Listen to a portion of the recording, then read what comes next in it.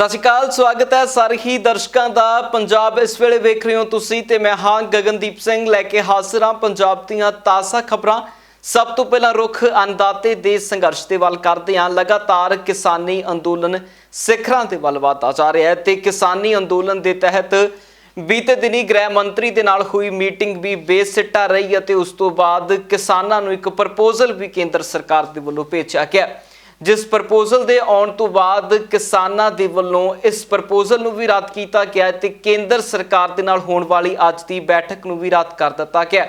दस दी कि बैठक पहला 9 दसंबर नूं रखी गई सी, जिस तो बाद हुण इस बैठक नूं 10 दसंबर का समा दिता गया सी। पर अज की बैठक किसान जथेबंदियां दे वल्लों प्रपोजल के उत्ते कीती गई मीटिंग तो बाद रद्द कर दिता गया है ते किसानां ने हुण संघर्ष नूं तिखा रूप देण दा ऐलान कीता है। दस दिए कि किसान जथेबंदियां ने ऐलान किया है कि 12 दसंबर नूं पूरे देश के टोल प्लाजे मुफ्त कर दिते जाणगे ते उस दे नाल ही दिल्ली दे विच दिल्ली जयपुर हाईवे नूं भी 12 तरीक तक पूरी तरह जाम कर दिता जाएगा। उधर बड़े घराणिਆਂ ਦੇ कारोबारां ਦਾ बायकाट किया जाएगा ते 14 दसंबर नूं पूरे मुल्क दे विच वड्डे पद्धर ते उत्ते धरने प्रदर्शन होणगे। इस गल का ऐलान किसान जथेबंदियां ने पूर्ण तौर दे उत्ते कर दिता है ते ਜ਼ਿਲ੍ਹਿਆਂ ਦੇ ਵਿੱਚ भी DC दफ्तरां ਦਾ ਘਿਰਾਓ तो बाद धरने जारी रहणगे। दस दिए कि किसान जथेबंदियां दे वल्लों अहम फैसले लए गए ने। नमस्कार। जो सरकार ने आज प्रस्ताव भेजा था, जो कल अमित शाह जी से मीटिंग हुई थी और उसके बाद उन्होंने आज प्रस्ताव भेजना था, जो उन्होंने आज प्रस्ताव भेजा उस प्रस्ताव को पूरी तरह से ठुकरा दिया गया। उस प्रस्ताव में कुछ नहीं था और उस प्रस्ताव से ये नज़र आया कि सरकार जो है कुछ देना नहीं चाहती, हठधर्मी पे भी अड़ी हुई है और उसको पूरी तरह से सर्वसम्मति से उसको नकार दिया गया है। और आगे अभी तक जो है वो बातचीत बंद हो चुकी है। इसके आगे अगर कोई नया प्रस्ताव आएगा तो बातचीत शुरू होगी। दूसरा, 12 तारीख को सारे देश में टोल फ्री करने हैं। सभी भाई अपनी अपनी जगह पे जहाँ पे भी टोल लगा हुआ है, सड़क का टोल, वहाँ पे नाकों पे बैठे और सारा टोल फ्री कराएं। और तीसरा प्रोग्राम 14 तारीख को सभी देशवासियों ने अपने अपने हेडक्वार्टरों पे धरने देने हैं। मैं सभी से अनुरोध करना चाहूँगा कि ये 3 प्रोग्राम जो है इनमें सभी भाई सहयोग करें। सरकार अपनी हठधर्मी पे अड़ गई है। पूरा देश को इस वक्त एक होने की ज़रूरत है, क्योंकि पूरा देश कारपोरेट एक तरह से हड़प रहा है। एक आदमी की आमदन 90 करोड़ प्रति घंटे की है, दूसरे आदमी की आमदन 1 रुपया प्रति घंटे की है। इसलिए जो है पूरा देश को जो है वो बचाने का सवाल है और सभी देशवासी जो है इन जो 3 प्रोग्राम हैं इन पे अमल करें। और आज का जो प्रस्ताव था वो हमने पूरी तरह से ठुकरा दिया है। ਅੱਜ ਤੋਂ 10 दिन पहला ਉਹ ਕਹਿ ਰਹੇ ਸੀ ਵੀ ਇਹ ਕਾਨੂੰਨ ਹੀ ਬਹੁਤ ਵਧੀਆ ਨੇ, ਇਹ ਕਾਨੂੰਨਾਂ ਨਾਲ ਕਿਸਾਨਾਂ ਨੂੰ ਸਮਝ ਨਹੀਂ ਆ ਰਹੀ, ਕਿਸਾਨ ਅਨਪੜ੍ਹ ਨੇ। ਤੇ ਵਕੀਲਾਂ ਨੇ ਕੱਲ ਸਾਡੇ ਨਾਲ ਸਾਥ ਦਿੱਤਾ। 8 ਤਰੀਕ ਦਾ ਪੂਰਾ ਬੰਦ ਰੱਖਿਆ ਚੈਂਬਰ, ਹਾਈ ਕੋਰਟ ਦਾ, ਸੁਪਰੀਮ ਕੋਰਟਾਂ ਨੇ ਵਕੀਲਾਂ ਨੇ ਸਾਡਾ ਸਾਥ ਦਿੱਤਾ। ਜਿਹੜੇ ਵਕੀਲਾਂ ਨੂੰ ਪੜ੍ਹਨਾ ਆਉਂਦਾ ਲਾਅ, ਉਹਨਾਂ ਨੇ ਕਹਿਤਾ ਵੀ ਇਹ ਕਾਨੂੰਨ ਸਾਡੇ ਪੱਖੀ ਨਹੀਂ ਹੈਗੇ, ਈਵਨ ਬਾਜ਼ਾਰ ਦੇ ਪੱਖੀ ਨਹੀਂ ਹੈਗੇ। ਜੇ ਇਹ ਜਾਰੀ ਹੋ ਜਾਂਦਾ ਤਾਂ ਬਾਜ਼ਾਰ ਦੀ ਇਕਨੋਮੀ ਡਿੱਗਦੀ ਆ। ਤਾਂ ਜੇ ਅਸੀਂ ਬਦਲਦੇ ਪਏ ਆ ਤਾਂ ਬਦਲੀ ਤਾਂ ਸਰਕਾਰ ਵੀ ਅਮੈਂਡਮੈਂਟ ਤੇ ਆ ਚੁੱਕੀ ਆ। ਅਸੀਂ ਫਿਰ ਹੋਰ ਥੋੜਾ ਉੱਪਰ ਚਲੇ ਗਏ ਵੀ ਅਮੈਂਡਮੈਂਟ ਤਾਂ ਪੰਜਾਬ 'ਚ ਬੈਠੇ ਦੇਖਣੀ ਸੀ, ਹੁਣ ਦਿੱਲੀ ਲਿਆ ਕੇ ਘੇਰਨ ਤੋਂ ਬਾਅਦ ਅਮੈਂਡਮੈਂਟ ਥੋੜੀ ਦੇਖਣੀ ਆ। ਘੱਟੋ ਘੱਟ ਇਹ ਬਿੱਲ ਤਿੰਨੇ ਵਾਪਸ ਕਰਨੇ ਪੈਣਗੇ।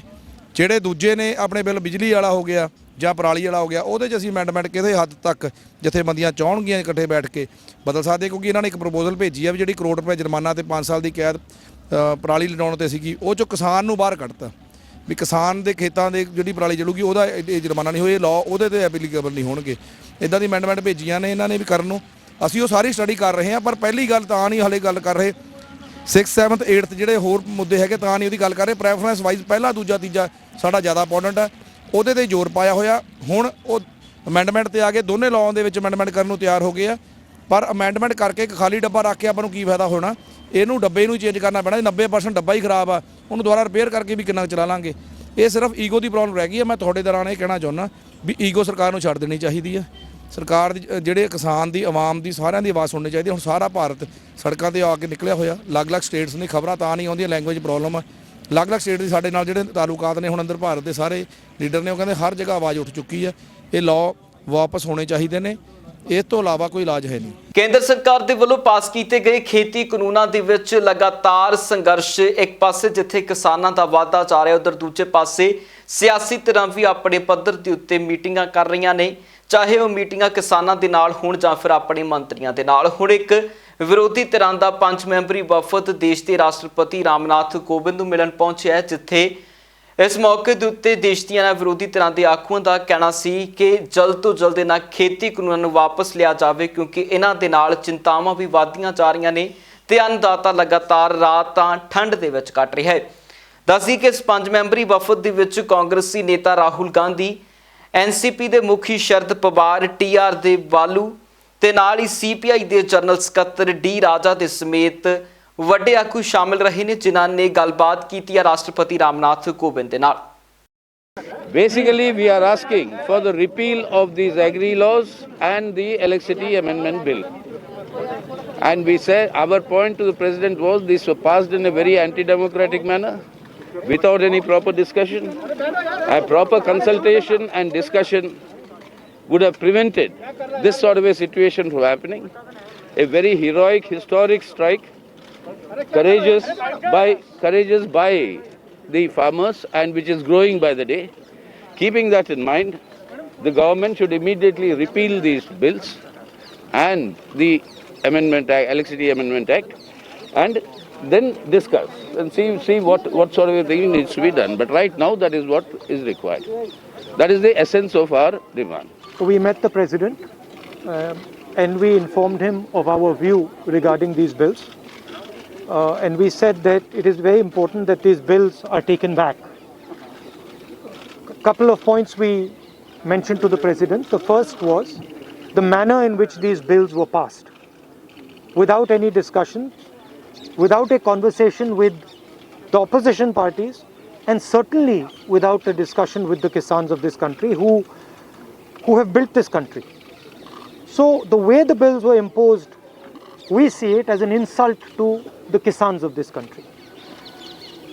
The Kisan has lost faith in the government. The Kisan does not believe that the government is acting in their interest, and that is why lakhs of them are on the streets. And non-violently, compassionately on the streets, they are struggling in cold weather with complete respect. सरकार को गलतफहमी में नहीं होना चाहिए। किसान compromise नहीं करेंगे। क्यों नहीं करेंगे? क्योंकि उनको समझ आ रही है बात कि अगर वो आज कॉम्प्रोमाइज़ कर गए तो उनका हिंदुस्तान में कोई भविष्य नहीं रहेगा। उनको बहुत क्लियरली ये बात समझ आ गई है कि अगर वो आज नहीं खड़े हुए, और मैं किसानों से कह रहा हूँ, अगर आप आज नहीं खड़े हुए तो फिर आप कभी नहीं खड़े हो पाओगे। और हम सब आपके साथ हैं, आप बिल्कुल घबराइए मत, हम सब आपके साथ खड़े हैं, आपको कोई पीछे नहीं हिला सकता, आप हिंदुस्तान हो। उधर पंजाबी एकता पार्टी के प्रधान सुखपाल सिंह खैरा ने भी जम के रगड़े भाजपा सरकार नूं लाए ने। दसदी कि दिल्ली धरने दे विच शामिल होण जा रही सुखपाल सिंह खैरा ने इस मौके दे उत्ते खेती कानूनां दे नुकसान ਅਤੇ ਮੀਟਿੰਗਾਂ ਦੇ ਲਗਾਤਾਰ ਹੋ ਰਹੇ ਵਿਸਤਾਰ ਦੇ ਬਾਰੇ ਗੱਲਬਾਤ ਕੀਤੀ ਹੈ। ਕਿ ਕੁਝ ਕਹਿਣਾ ਸੁਖਪਾਲ ਸਿੰਘ ਖਹਿਰਾ ਦਾ ਉਹ ਸੁਣਦੇ ਹਾਂ। ਦੋਸਤੋ, ਇਸ ਵਕਤ ਸਾਡਾ ਜਿਹੜਾ ਭੁਲੱਥ ਹਲਕੇ ਦਾ ਤੇ ਕੁਝ ਸਾਡੇ ਸਤਿਕਾਰਯੋਗ ਵੀਰ ਜਿਹੜੇ ਸਾਡੇ ਨਾਲ ਪੰਜਾਬ ਪਿਆਰ ਕਰਦੇ ਨੇ, ਤੇ ਸਾਡਾ ਜੱਥਾ ਕਰਨਾਲ ਇਸ ਵਕਤ ਇੱਕ ਢਾਬੇ ਤੇ ਅਸੀਂ ਆਪਣਾ ਜਿਹੜਾ ਹੈ ਪ੍ਰਸ਼ਾਦਾ ਛਕ ਰਹੇ ਹਾਂ। ਛਕ ਲਿਆ ਤਕਰੀਬਨ ਚਾਹ ਦਾ ਕੱਪ ਪੀ ਕੇ, ਤੇ ਦਿੱਲੀ ਬਾਰਡਰ, ਕੁੰਡਲੀ ਬਾਰਡਰ ਵੱਲ ਨੂੰ ਕਿਸਾਨਾਂ ਦੇ ਧਰਨੇ ਵਿੱਚ ਸਾਡਾ ਜਿਹੜਾ ਅਸੀਂ ਯੋਗਦਾਨ ਪਾਉਣ ਦਾ ਪ੍ਰੋਗਰਾਮ ਉਲੀਕਿਆ। ਅਸੀਂ ਸਾਰੇ ਇਕੱਠੇ ਹੋ ਕੇ ਉੱਥੇ ਜਾ ਰਹੇ ਹਾਂ। ਔਰ ਗੁਰੂ ਨਾਨਕ ਸਾਹਿਬ ਦਾ ਲੰਗਰ ਸਾਰੇ ਰਾਹ ਵਿੱਚ, ਤੁਸੀਂ ਹੈਰਾਨ ਹੋਵੋਗੇ ਕਿ ਅਸੀਂ ਲਗਭਗ ਜਲੰਧਰ ਤੋਂ ਪਿੱਛੋਂ ਤੁਰੇ ਹਾਂ। ਜਲੰਧਰ ਤੋਂ ਲੈ ਕੇ ਤੇ ਕਰਨਾਲ ਤੱਕ, ਹਰਿਆਣੇ ਵਿੱਚ ਵੀ ਜਿਹੜੇ ਖੱਟੜ ਸਾਹਿਬ ਕਹਿੰਦੇ ਨੇ ਕਿ ਹਰਿਆਣੇ ਦੇ ਲੋਕਾਂ ਨੇ ਸਾਥ ਨਹੀਂ ਦਿੱਤਾ, ਬਹੁਤ ਸਾਰੇ ਲੋਕਾਂ ਨੇ ਲੰਗਰ ਲਾਇਆ ਸੀਗਾ ਤਾਂ ਕਿ ਜਿਹੜੇ ਝੰਡੇ ਵਾਲੀਆਂ ਗੱਡੀਆਂ ਆ ਰਹੀਆਂ, ਜਿਹੜੀ ਕਿਸਾਨਾਂ ਦੀਆਂ ਟਰੈਕਟਰ ਟਰਾਲੀਜ਼ ਆ ਰਹੀਆਂ, ਕਿਉਂਕਿ ਬਹੁਤ ਟ੍ਰੈਫਿਕ ਹੈ ਨੈਸ਼ਨਲ ਹਾਈਵੇ ਤੇ, ਹਲੇ ਵੀ ਬਹੁਤ ਸਾਰੇ ਲੋਕ ਹਾਜ਼ਰੀ ਲਵਾ ਕੇ ਕੰਮਕਾਰ ਕਰਕੇ ਉੱਥੇ ਧਰਨੇ 'ਚ ਆਪਣਾ ਯੋਗਦਾਨ ਪਾ ਕੇ ਵਾਪਸ ਜਾਂਦੇ ਨੇ। ਕਈਆਂ ਨੂੰ ਕੰਮਕਾਰ ਹੁੰਦੇ ਨੇ ਤੇ ਬਹੁਤ ਸਾਰੇ ਲੋਕ ਆ ਵੀ ਰਹੇ ਨੇ। ਟਰੈਕਟਰ ਟਰਾਲੀਆਂ ਵੀ ਨੇ, ਛੋਟੀਆਂ ਗੱਡੀਆਂ, ਮੋਟਰਾਂ, ਜੀਪਾਂ, ਮੋਟਰਸਾਈਕਲ, ਸਕੂਟਰ, ਕਾਫੀ ਵੱਡੇ ਪੱਧਰ ਤੇ ਉਤਸ਼ਾਹ ਤੇ ਜਿਹੜਾ ਲੰਗਰ ਦੀ ਸੇਵਾ ਵਾ ਉਹ GT ਰੋਡ ਦੇ ਉੱਤੇ ਅਸੀਂ ਕਰਨਾਲ ਤੱਕ ਪਹੁੰਚੇ। ਇਸੇ ਤਰ੍ਹਾਂ ਹੀ ਲਗਾਤਾਰ ਨਿਰੰਤਰ ਲੰਗਰ ਚੱਲ ਰਿਹਾ। ਇਹ ਸਿਰਫ ਜਿਹੜਾ ਜਜ਼ਬਾ ਵਾ ਪੰਜਾਬ ਦੇ ਲੋਕਾਂ 'ਚ, ਜੋ ਸਾਡੇ ਗੁਰੂ ਸਾਹਿਬਾਨ ਸਾਨੂੰ ਸਿਖਾ ਕੇ ਗਏ ਨੇ, ਜੋ ਸਰਬੱਤ ਦੇ ਭਲੇ ਦੀ ਗੱਲ ਕਰਕੇ ਗਏ ਨੇ।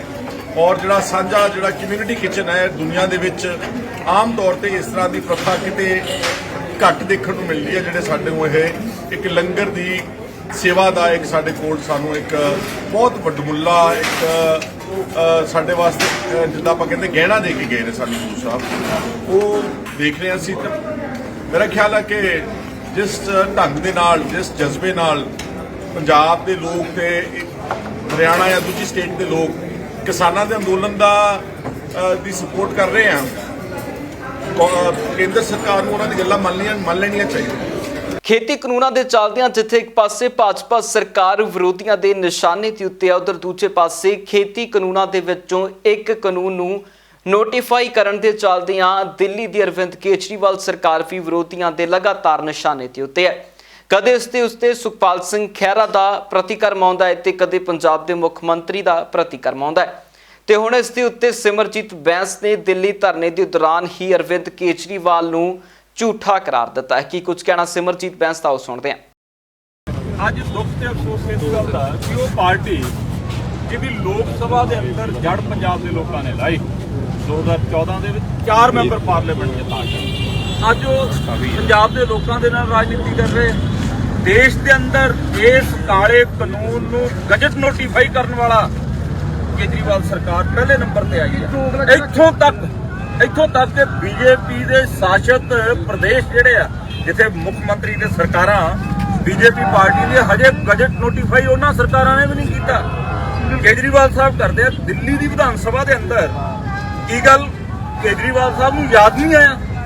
ਮੈਂ ਇਹ ਗੱਲ ਤਸਦੀਕ ਕਰੂੰਗਾ ਕੈਪਟਨ ਅਮਰਿੰਦਰ ਸਿੰਘ ਸਰਕਾਰ ਦੀ।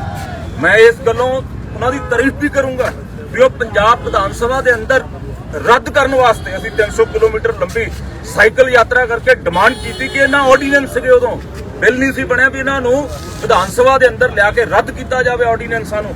ਅਸੀਂ ਇੱਕ ਮੈਸੇਜ ਦਿੱਤਾ, something is better than nothing.